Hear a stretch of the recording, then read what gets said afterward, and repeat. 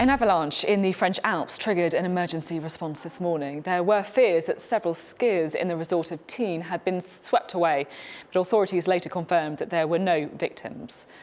Avalanche warnings have been issued for the area. The current risk is 4 on a scale of 5, so should resorts allow people to go off-piste when conditions are of a concern? Well, joining us now is the avalanche expert Schniewind from Val d'Isère in France.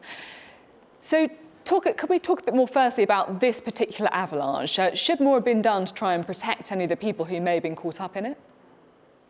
Well, I think the teen security patrol, they call the pisteurs, that patrol the piste and open them and close them, do an excellent job. And this is a very, very rare occurrence that an avalanche comes down onto a piste. And I think that the conditions have been exceptional over the last week or so.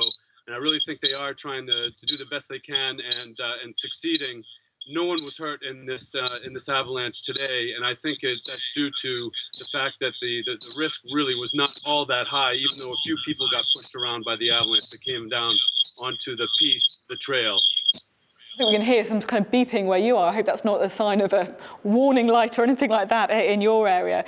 Do you think that we're seeing more avalanches happening at the moment? Well, we are, because it's been snowing, at least in the northern French Alps, and I think through a large part of the Alps, pretty much for the last week or so, and that's due to continue. We're having a little bit of a calming episode right now. It's not snowing anymore, as you can see around me, for the moment, but it's supposed to come in again tomorrow night, Wednesday night, and then again on Saturday night for a few more days. The main reason for the big avalanche cycle now is just loss of accumulations, about 1.5 meters in many parts of the Alps. What should you do if you are caught up in an emergency when you're out skiing? Well, the first thing, but I'll get to that your question. But before that, say that prevention is really the best thing to do, and try to prevent being caught up in an avalanche. Because once you do get caught up in an avalanche, it's very difficult to get out of it. And once you're buried, you only have about 15 minutes to live.